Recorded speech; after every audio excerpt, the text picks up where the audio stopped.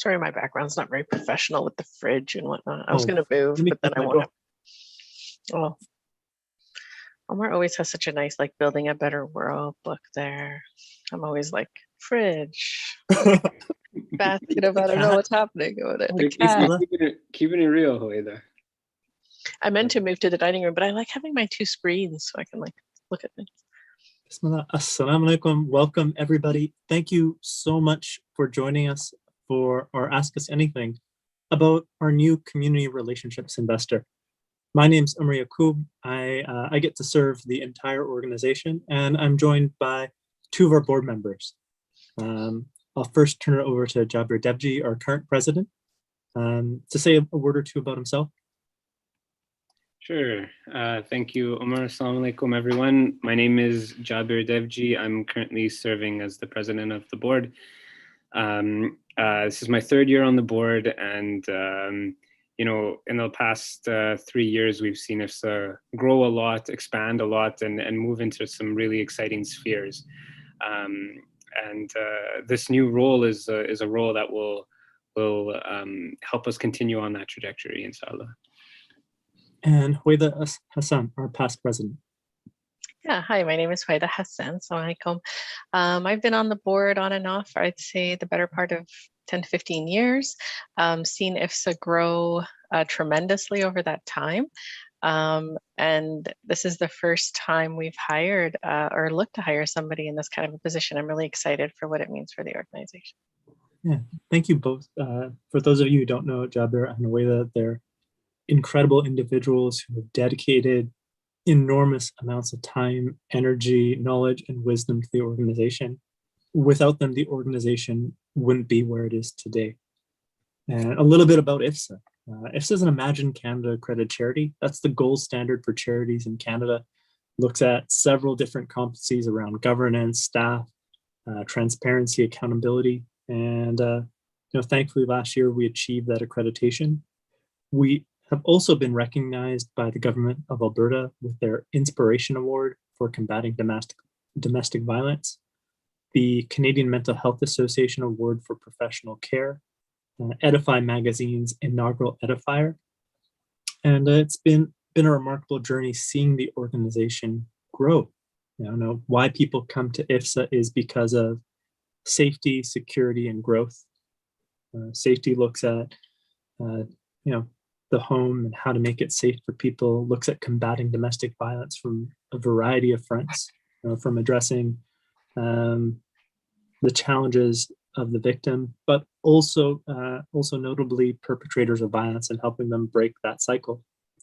Also looks at refugees and how we welcome them into Edmonton. We are a sponsorship agreement holder, which is a remarkable achievement for a small organization to be able to help people flee challenges overseas and make a new life in Canada. Security also looks at food security, and we run the city's second largest food depot that serves over 5,000 people a month.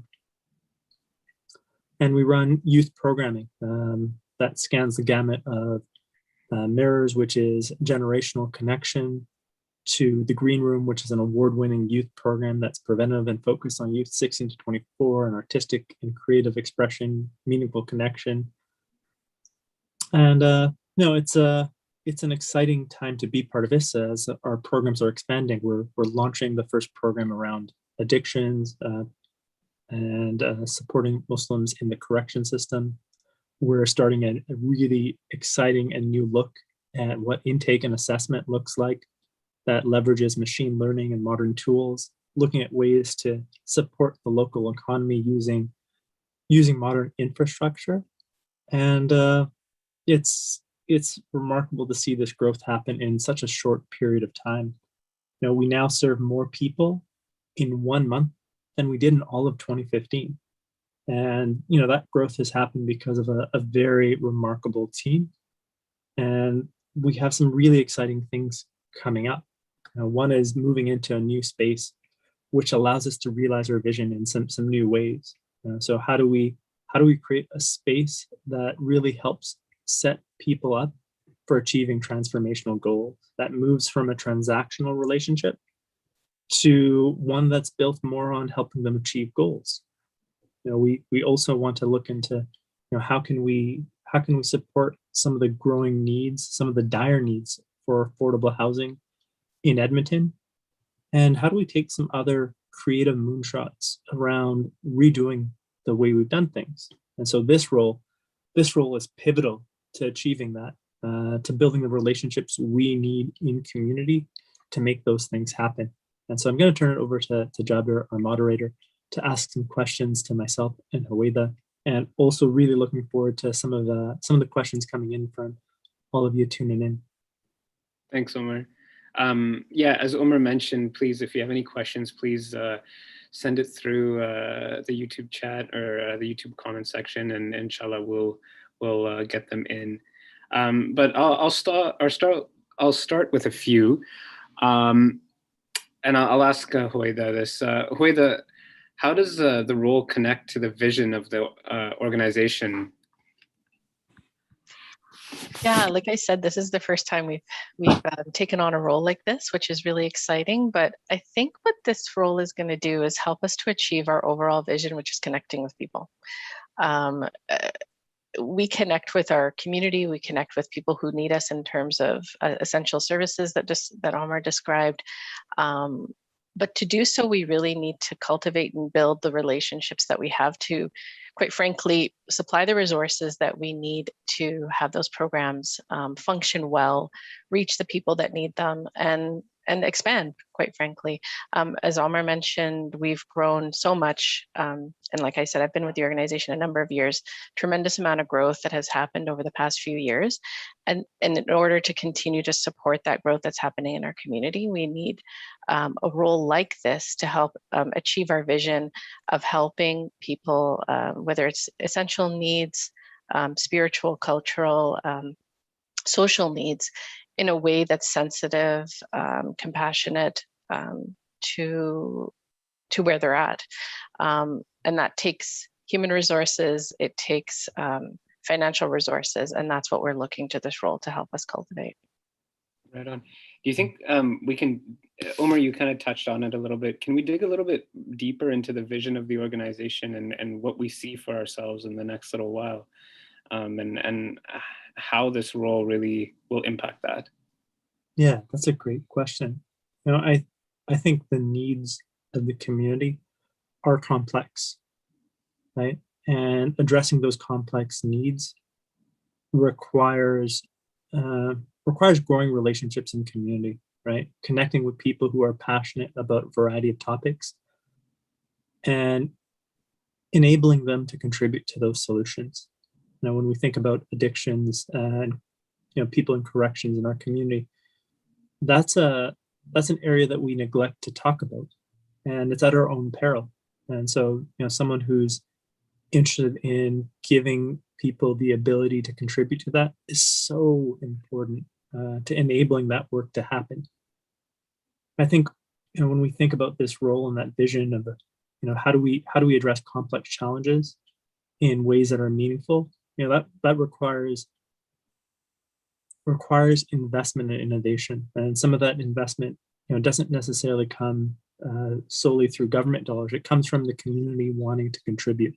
Mm-hmm. Think about the hub and this space that is about transformational healing and relationships. This is a community asset that we want to see develop, that we want to see grow, that we want to see multiple elements of our community come together in. And so this role is... Do you think you can just explain a little bit what the hub is and what it is for those who may not know? Yeah, sorry. Thanks. That's a great question. So IFSA has 3 locations presently in Edmonton, and we're in the midst of consolidating to one central location that allows us to bring all of our services under one roof. It's a flip from what we're used to doing, right? So if we look at our north and south locations, they're 70% warehouse and 30% office. And what we want to do is say, hey, let's flip that ratio. Let's give the office and the staff we work with, the professionals we work with, space to really engage with people in a therapeutic and healthy way. Mm-hmm. And what would that look like? What would it look like if instead of people coming to get a food hamper and be in and out in or trying to be in and out as quickly as possible, what if they took their shoes off and they spent time talking with one of our staff members or talking with a volunteer? How would that facilitate a different outcome for them, right? How might that help them land a better job or gain a better sense of security or gain the confidence to talk to a therapist for the first time and resolve issues that might be holding them back? When as long as I've been a part of IFSA, we've talked about the food bank kind of being a starting point, not an ends, right? And the hub is really our vehicle to seeing that happen. It's also about our youth program, the Green Room, being this creative focal point for youth in the community, being able to produce and make things and gain some of those skills and set themselves out to get on stage and do things, right? It's been remarkable seeing some of the achievements of the Green Room over the few years. Just prior to this, we're interviewing for another role for our frontline navigator position. And what's remarkable is, a lot of the candidates applying for that role are people who've been through the Green Room and now want to contribute back. And so, the hub is one vehicle to say, how do we do social services better? How do we see people have the space? How do we see our staff have the space to make a difference in community, right? How do we equip them adequately for that? Right. So what approach would you like to see? How do you think this role would differ from other organizations who might have a similar type of role within the organization? Yeah. So this is this role isn't about writing grants. In some other roles, relationship investment focuses primarily on that. This is a role that we want to be really community facing. We also don't want this role to be elitist. Like, we don't want to just focus on the highest net worth individuals. We want someone who is aligning the work they're doing with our mission and our values. And so, if we're doing an event to bring community together, are we thinking about the opportunities to also serve while we do that? So if we want to create an event for, professionals like doctors, are we creating an opportunity for foreign trained professionals to network and learn as we do that? And so I think the relationship investor is about, not just asking for money, but actually investing in the community and its betterment, and realizing that as a result of that, more funds, more resources will appear for the organization. And just like to add on to that, like, I feel like investing in those relationships, you actually cultivate advocates, allies within the community who then continue that work of talking about what IFSA does from a heartfelt place, that they understand what we do. And really, isn't that always the best kind of communication or advertising, for lack of a better word, for an organization, right? So that's what I see this role also cultivating, as other allies in the community for IFSA to speak to what we do. For sure. Yeah, I can imagine, and like Omar, you mentioned, many staff probably come to IFSA via maybe volunteering one or two times before, or participants in the Green Room, or other avenues in which they were touched by IFSA. And I guess this sounds like a role that would kind of maximize the touch points, and try and bring the community together. Yeah, I agree. Like, I don't feel we have, we're really privileged. We don't have to do arm twisting, right? I think what we have to do is just let people know what we do and continue to serve them. I think what we haven't done traditionally in the past, or haven't done well, is let people know about the work, right? Just there's so many people in Edmonton who don't know about IFSA, right? And that's a tragedy, right? Because it means people don't have access to our services, and we want to see that grow, right? We know that there's going to be a correlation between people being more aware about us and people benefiting from the service, and people wanting to invest. Mm-hmm. So you've mentioned in the job posting the CFRE designation and Philanthropy University. Why those? Yeah, a great question. I think it's important that as we continue to grow, we continue to professionalize, we continue to take up best practices. Right now, fundraising is something many people probably have some experience with at some level, right? But we want to see someone who really wants to take this role seriously. Now we realize that someone might not have that designation yet, but we're really willing to work with someone to achieve it. One of the qualifications we mentioned, the Philanthropy U one, that's a free training people can take on their own, self-paced, and it helps to ensure that we do this work at the best level possible. Mm-hmm. No, it reflects a lot about IFSA's values. Doing everything with ihsan. This is one of IFSA's values, and of course, this role would definitely fall within that. Huwaida, what do you see the future of the role looking like? Oh, like I would love to see it actually evolve into a role that actually is maybe more than one person, to be honest. Like maybe we start to identify sectors or groups within our community that are respond well to certain kind of communications, and so maybe that role evolves to be able to cater to those communities' needs and ways of engaging. I also see it as just from a very practical sense, like being able to actually support itself, quite frankly, from the perspective of building those relationships, ultimately brings in the resources to IFSA to be able to support that position plus others. Being one where people in the community come to know that person or people as go-tos for understanding what the organization does and helping to elevate and expand the work that IFSA is doing. Yeah, like I guess I just see it as a real great way for people who are looking to make an impact with their time or money, and being able to kind of connect with somebody who can help them to do that beyond just writing a check, but finding like really like matching their values and their passion for the community with what IFSA does. Mm-hmm. So it sounds like there's quite a faceted type of approach, or I guess job description here. It seems like someone might find themselves one day working with a group of professionals and maybe planning an event that maybe hosts a speaker for those professionals, or putting on a small fundraiser, or getting a group of students together.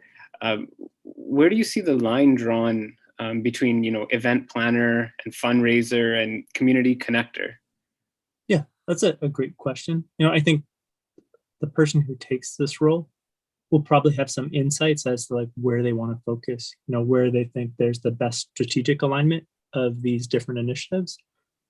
There might also be some, I think there's definitely scope for strategic corporate partnerships, right? So how do we work with a financial institution to help them with their diversity and inclusion efforts, and in so doing build new relationships in corporate environments? Because I think that's an opportunity that's there for us if we pursue it.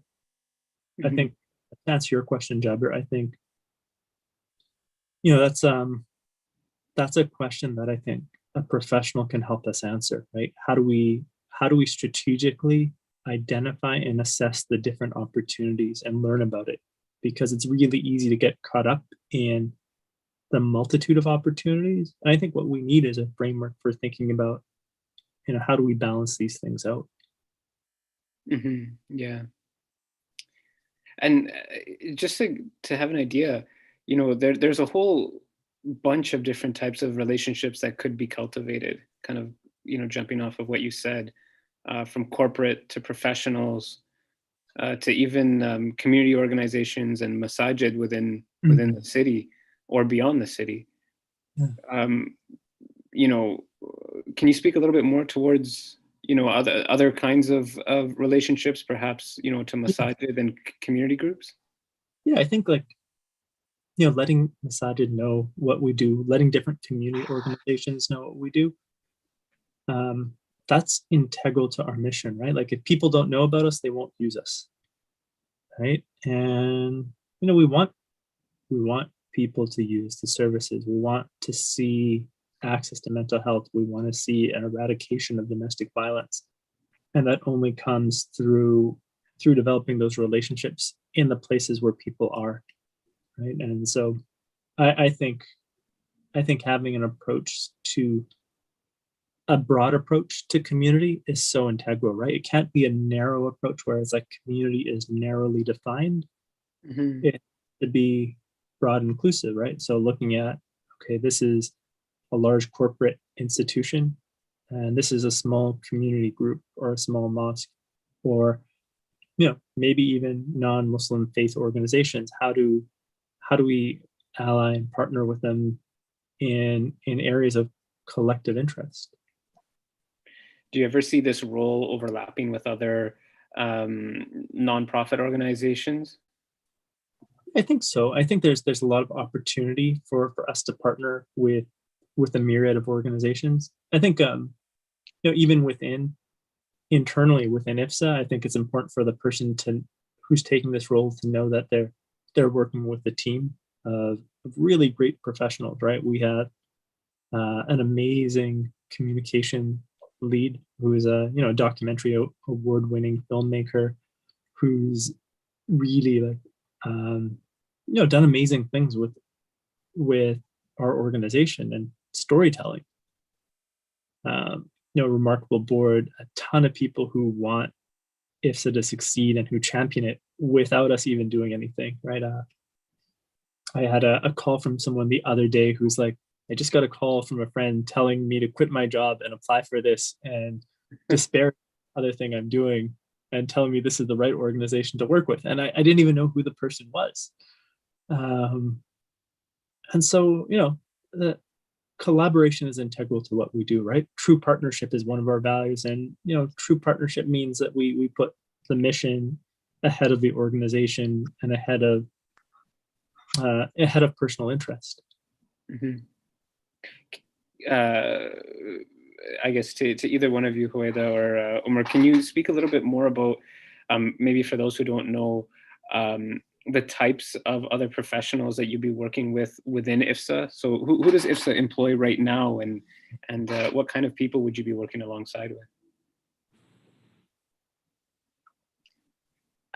Omar, maybe you could, well, I actually wanted to elaborate on a previous point, and then maybe I'll let you take that one. But I guess one of the things I just wanted to add to that previous bit that we were talking about is one of the things the board's been doing lately is kind of envisioning, like, where do we want to be? Where do we see ourselves going in the next 5-10 years kind of thing? And one of the things that's coming up is we want to be a vision-oriented board. We want to be data-driven, and we want to be client-centered.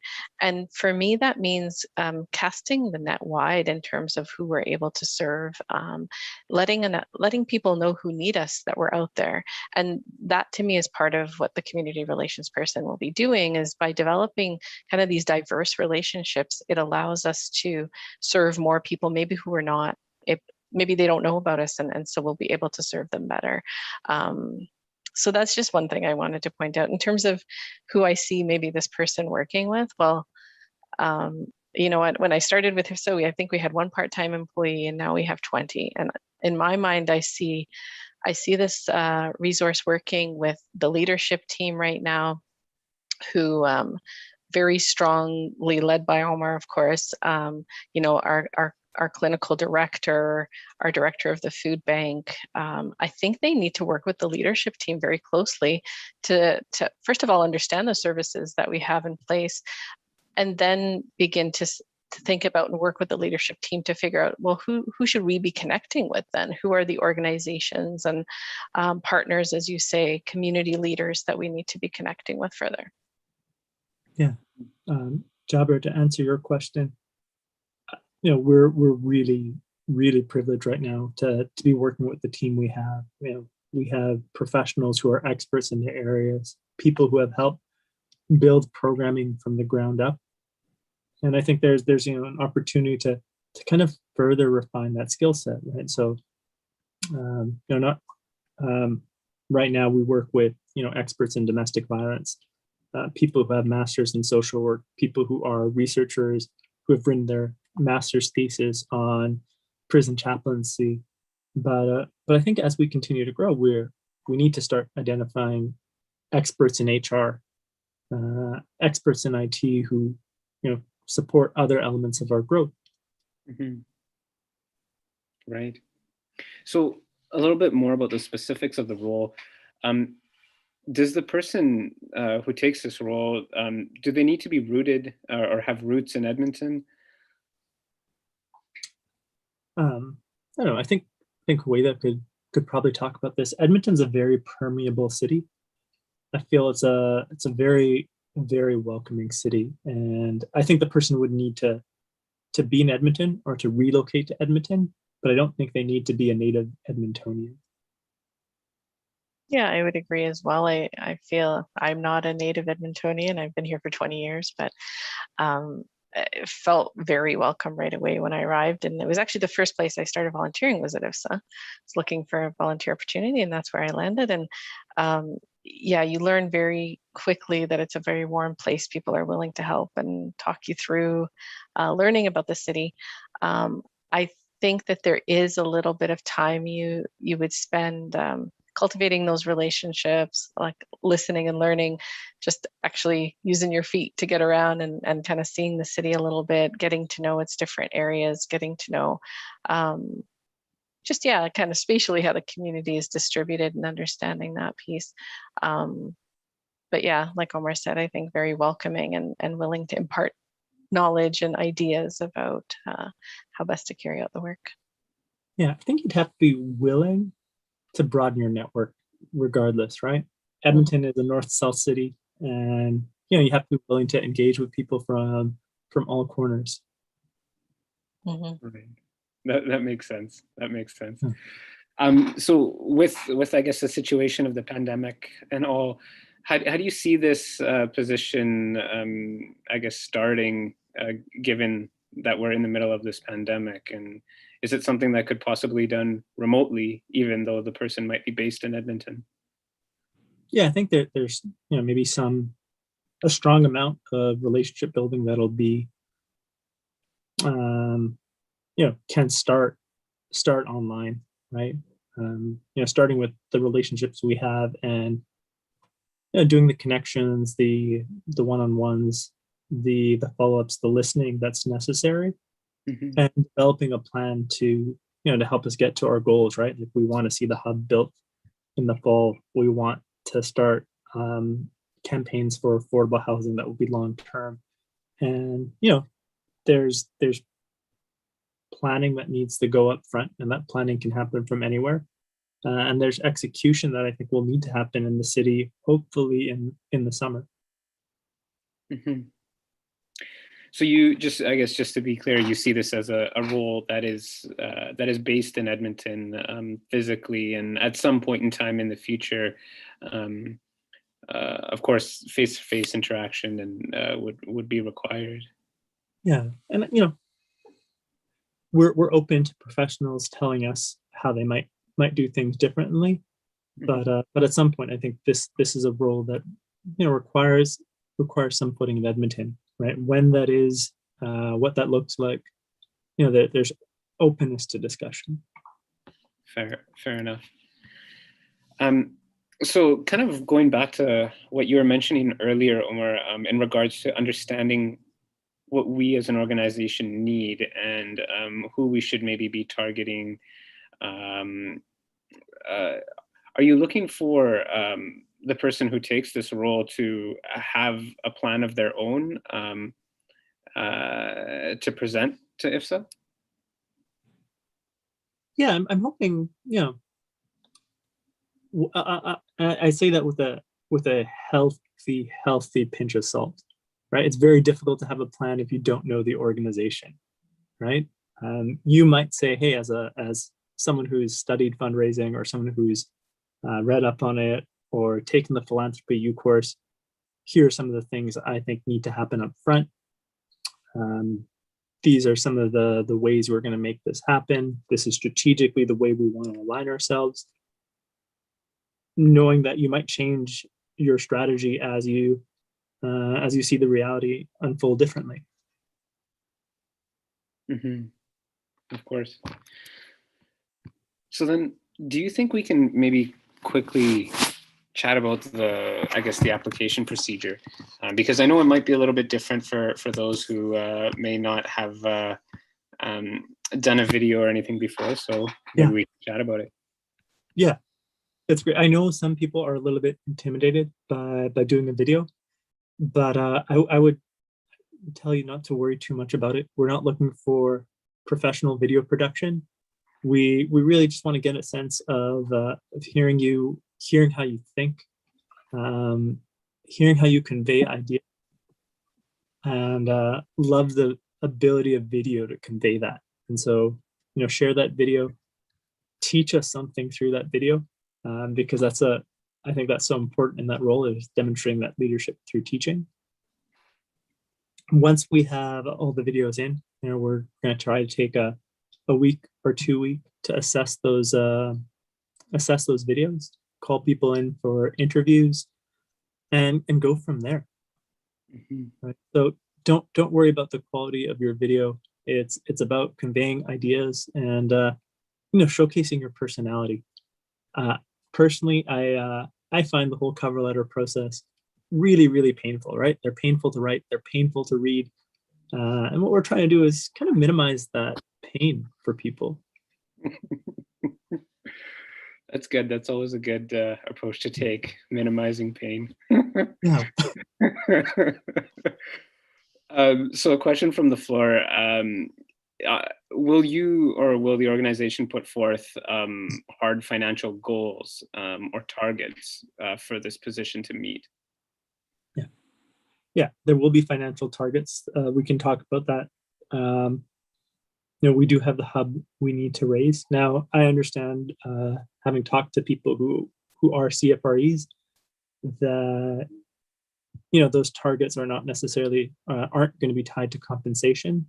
Compensation will be tied to metrics that are more measurable. But we do have some hard targets we need to help, and we're hoping the professional can help us understand the feasibility of some of those targets. That makes sense. And we base the targets on historic performance to date, right? So, over the past several years, here's how we've done. During the pandemic, here's how we've done. Here are some initial programming goals we have. Help us to achieve that. No, that's really interesting, because it sounds like a very all-around role. Not only will there be hard financial targets to meet, but at the same time, knowing that it's still an overall community connector that IFSA is looking for, right? Yeah. That it's not all about the dollars and cents, but truly furthering the mission and the vision of the organization. So it's an interesting position. Yeah, I'm excited. Me too. Is there anything that either of you want to add that maybe you think we haven't covered?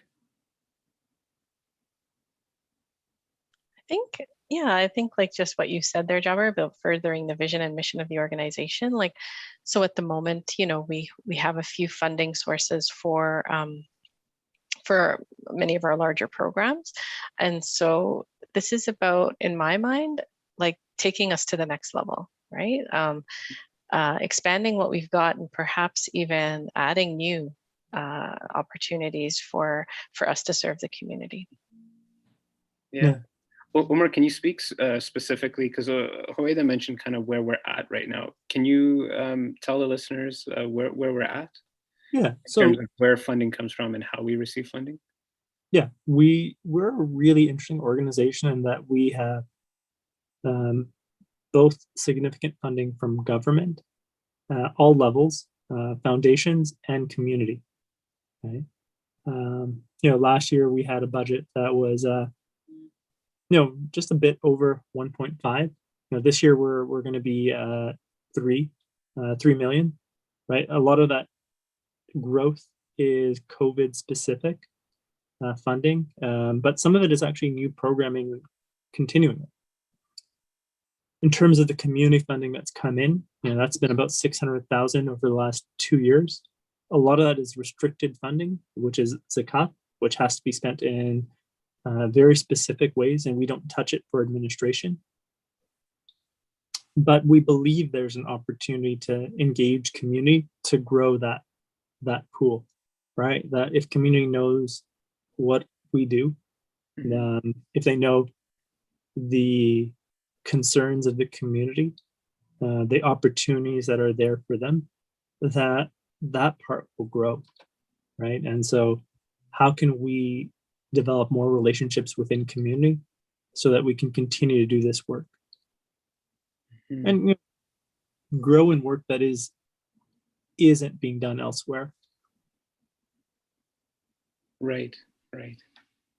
No, it's an exciting position, and it was a pleasure hearing from both of you in regards to it. I'm excited, and I know the person who fills this role will truly be someone special. And just a reminder for anyone out there listening that now's a great time to ask some questions.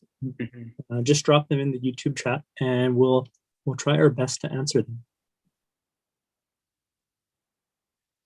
So I guess while we're waiting for a few maybe questions to come through, Omar, we didn't really hear about your history with the organization. Can you tell us a little bit about that?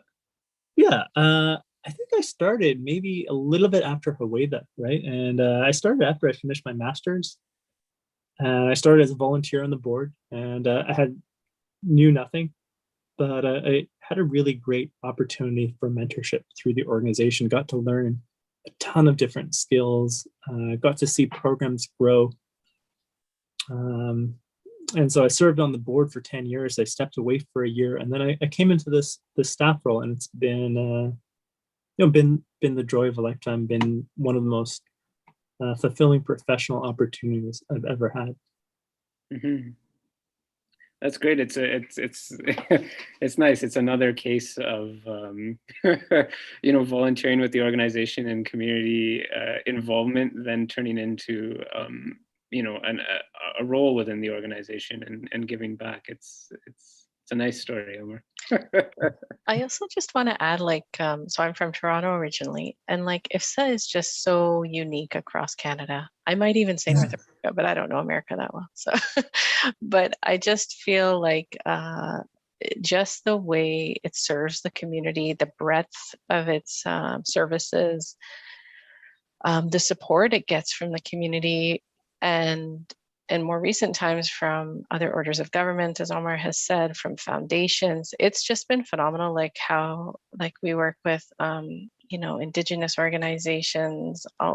It's really awesome to see IFSA sort of grow into this organization that helps people so broadly.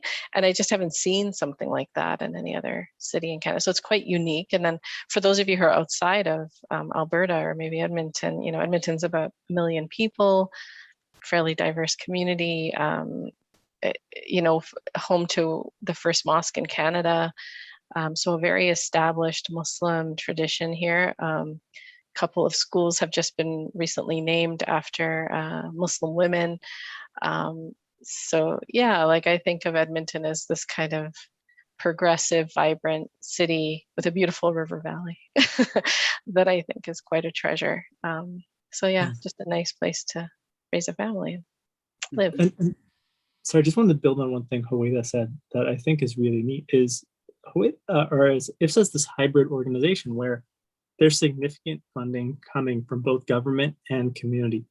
Most organizations are firmly in one camp, right? They're 90% of their budget is coming from government, or 90% of their budget is coming from community. And IFSA is in this unique hybrid where, because we're in both camps, we can say, hey, we have community dollars that we can give directly to people to get them out of poverty, right? We can use money to solve problems. And oftentimes money is the best solution to solve a problem for people. It's you can't argue with it, right? Like, rent is solved by money.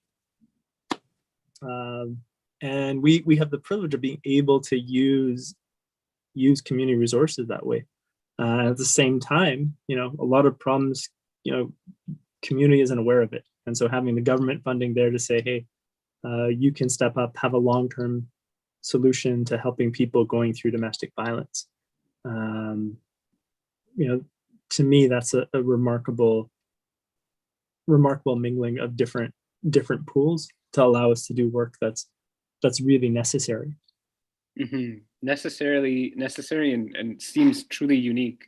Not many other people will do this, providing culturally and religiously sensitive, I guess, social services. So,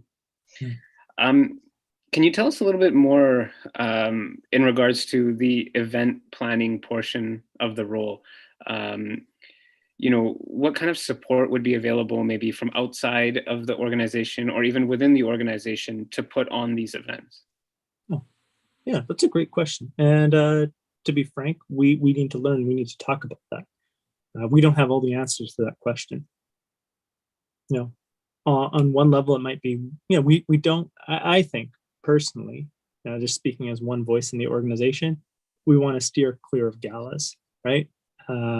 I think we want an approach that's more inclusive, more organic, more community focused, right? And so, given that we have this new hub, one of the thoughts, and this is just a preliminary thought that I think the person who takes this role will help change and form, but it might be like, how do we bring together professionals who want to network? And as we do that, create opportunities for new professionals to network or emerging professionals to network. Edmonton's also a super blue collar city. And so how do we not exclude, the blue collar entrepreneurs from the types of events we do, right? Because sometimes it's just like, hey, I run a business. I'd love to meet other people in my sector. And, IFSA is the group that's conveying my sector. I think that would be valuable to me, right? It's like, oh, I'm getting an opportunity to see so-and-so. There's some food that's been prepared by some newcomers that's really, really wonderful. And I'm getting to see those businesses flourish. And I'm learning about the organization as I do that. At a high level, that's what I see it looking like. But I think that the details of it, how it manifests, how many of those we do, what the flavor is like, is something I'm hoping this role helps clarify. Mm-hmm. You mentioned that there's a communications position within the organization held by our wonderful Tauba, and I was wondering, would the communications department at all be helping in maybe collateral that might be needed by this person?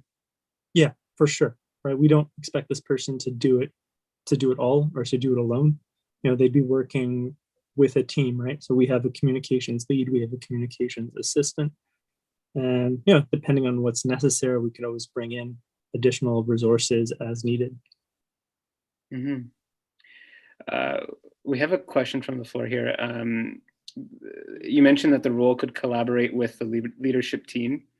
How do you foresee the person who fulfills the role working with youth or even with you? Oh, I think there's a ton of ways, right? Like, I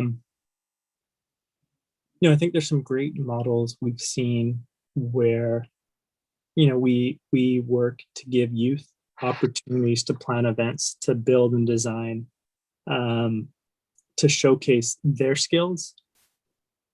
And, we give them the mentorship and resources to do that, right? And giving youth that opportunity, I think, would be wonderful. And I've seen other organizations do it. And I think it, as someone who's outside organizations looking in, you feel really, really proud when you see like youth stepping up and doing that. And, it shows you something about the confidence and professionalism of an organization when they invest in youth to do that work. What we've seen over the past few years is it's actually youth that have really, really helped us step up and do things, right? So, when we were doing community dinners and in person, it was youth who were playing key roles in that, right? And it's it's alumni from the green room who are often helping us answer really, really difficult research questions. I think about like even Hueda and myself. At some point, way back, we were youth who are doing that, and so I think it's just a continuation of that. Right on. Hueda's still youthful though. Yeah, youth at heart, right? That's what counts. Thanks, Jobber. That's what we keep telling ourselves. So that's what counts.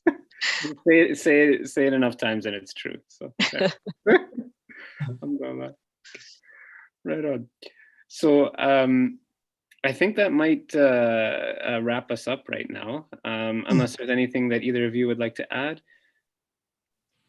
Oh, this has been great. Thanks everybody for tuning in. Really appreciate your questions. Feel free to send us questions over email. We'll try our best to get back to them really quickly. Really, really excited to hear different applications, to see your videos, and looking forward to working with you. Mm-hmm. Likewise, thank you for taking the time, everyone. Really appreciate it. Thank you, everyone, and thank you, Hueda and Omar. Jazakallah khair. Assalamu alaikum. Oh, yeah.